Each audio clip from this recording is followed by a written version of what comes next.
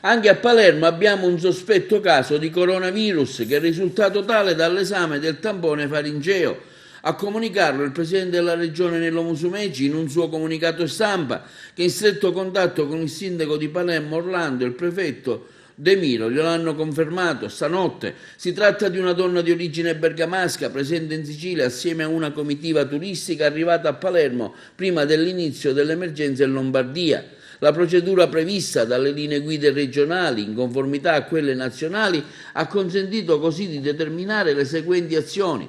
È stato subito allertato il 118 e confinata la persona insieme al marito, quindi ripetuto 2 volte l'esame di laboratorio e in conseguenza del risultato sono stati confinati tutti coloro che hanno avuto contatti ravvicinati con la coppia, ai quali è stato nella notte prelevato un campione salivare mediante tampone faringeo. Abbiamo immediatamente informato la task force nazionale e l'Istituto Superiore di Sanità per concordare le procedure da adottare. Siamo impegnati, afferma Musumeci, dalla notte a mettere in atto le procedure previste che sono state immediatamente eseguite grazie al lavoro di questi giorni.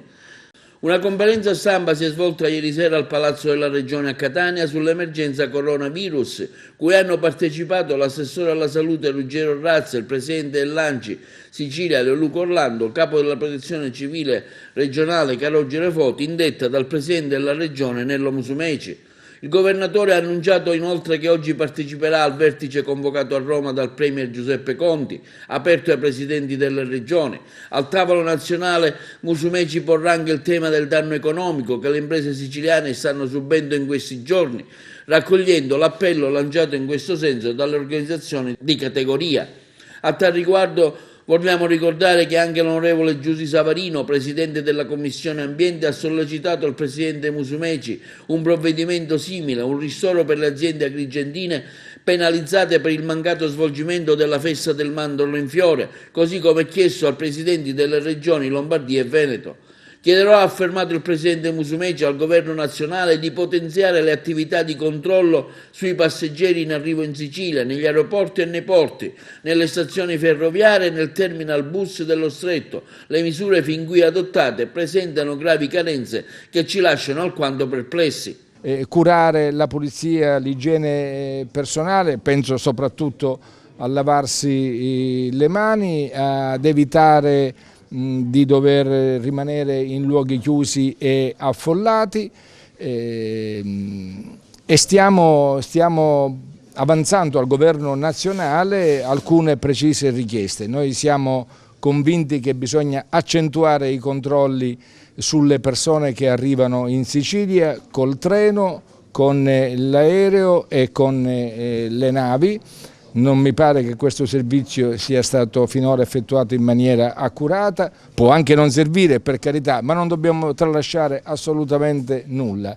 E poi le misure da adottare per le imprese che inevitabilmente subiranno dei danni.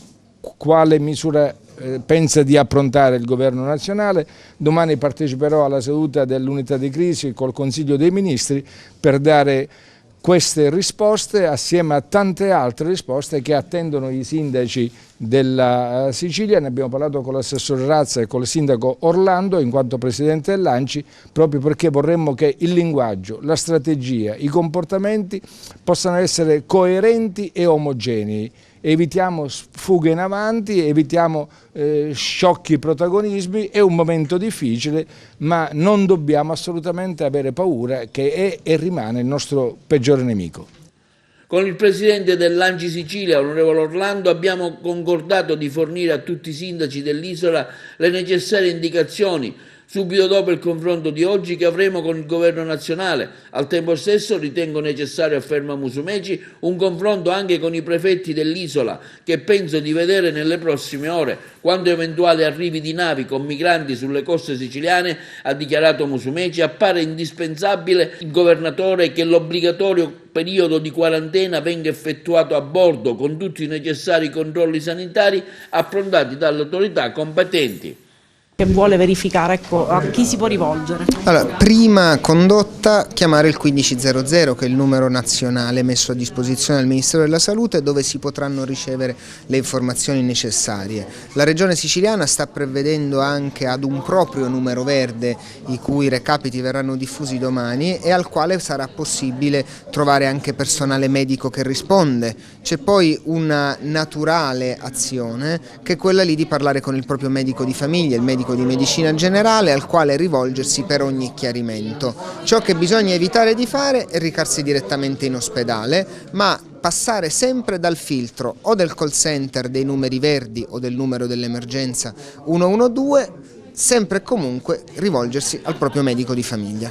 Noi siamo tutti inquieti, l'inquietudine è propria di chi ha a cuore qualche cosa ma sta facendo qualcosa per risolvere il problema. Vorremmo che tutti i cittadini avessero cura di se stessi, avessero cura della propria igiene personale, seguendo le indicazioni che sono chiarissime, che sono state diffuse e che come sindaci stiamo diffondendo anche sui social, il decalogo prescritto dal Governo nazionale e dall'Istituto Superiore di Sanità, che sono i soggetti competenti per evitare la preoccupazione che poi diventa paura affidata a qualche idea stravagante di qualche sedicente esperto. Atteniamoci agli organi istituzionali che sono esperti tecnicamente, credo sia il modo migliore per affrontare passo dopo passo le tante emergenze che questa vicenda sta provocando. Io invito tutti ad avere cura di sé e invito anche